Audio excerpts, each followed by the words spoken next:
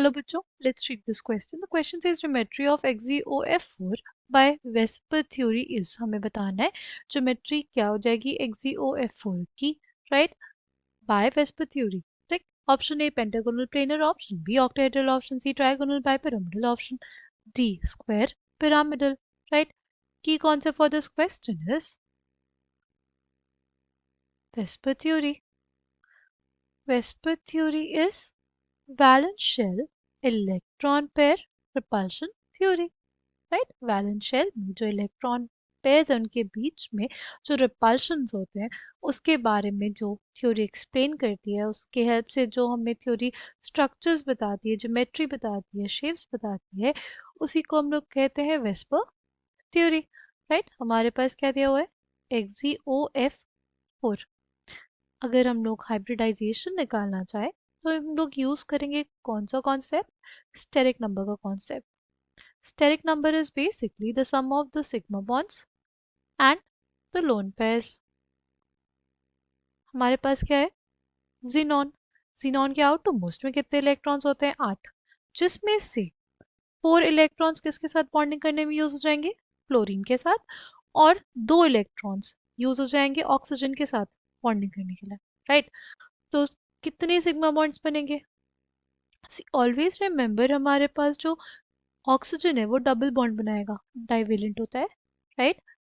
और हमारे पास fluorine atoms है, वो मोनोवेलेंट स्पीशीज है, राइट? कुछ ऐसा स्ट्रक्चर होगा हमारे पास। सिग्मा बॉन्ड्स कितने हैं? सिग्मा बॉन्ड्स इसमें है 5, लोन पेयर्स कितना है? 1, राइट? तो total steric number 6, hybridisation sp3d2। अगर ज्योमेट्री की बात करते हैं, इसकी ज्योमेट्री हमारे पास ऑक्टाहेड्रल होगी। ज्योमेट्री क्या होगी? ऑक्टाहेड्रल। बट अगर हम इसके शेप की बात करते हैं तो शेप क्या हो जाएगा? इसका शेप हमारे पास स्क्वायर पिरामिडल हो जाएगा, राइट? इसका शेप क्या हो जाएगा? अम्ब्रेला शेप या स्क्वायर पिरामिडल। सी, ज्योमेट्री जब हम लोग लेते हैं तो हम लोग लोन पेयर्स को काउंट करते हैं, राइट? और जब हम लोग शेप लेते हैं, राइट, तो हम लोग लोन पेयर्स को नहीं देखते, राइट? तो हमारे पास यहाँ पे क्या पूछा हुआ है? यहाँ पे हमारे पास ज्योमेट्री पूछा हुआ है, राइट? यहाँ पे हमारे पास क्या पूछा है? ज्योमेट्री। तो यानी लोन पेयर्स को हम लोग देखेंगे। स्ट्रक्चर को हम लोग ऐसे भी बना सकते हैं, ठीक? अब ये वैलेंशियल इलेक्ट्रॉन पेयर रिपल्शन थ्योरी ये कहती है कि जो हमारे लोन पेयर्स होते हैं, लोन पेयर्स में सबसे ज्यादा क्या होता है? रिपल्शन होता है। लोन पेयर रिपल्शन सबसे ज्यादा होता है। फिर हमारे पास bond pair lone pair repulsion होता है।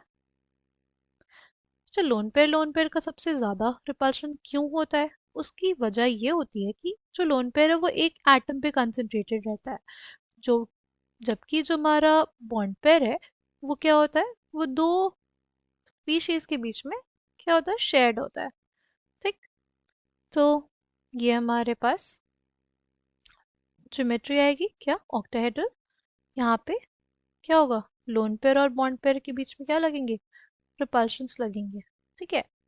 तभी इसका शेप क्या हो जाता है? एक अम्ब्रेला जैसा हो जाता है। किसकी तरह हो जाता है? अम्ब्रेला जैसे। और वैसे इसका शेप क्या है? स्क्वायर पिरामिडल बोलते हैं, ठीक है? ज्योमेट्री पूछा था हमसे, ज्योमेट्री क्या होती है? Octahedral. Option B will be the correct answer for this question. I hope you understood it well. Thank you, all the best.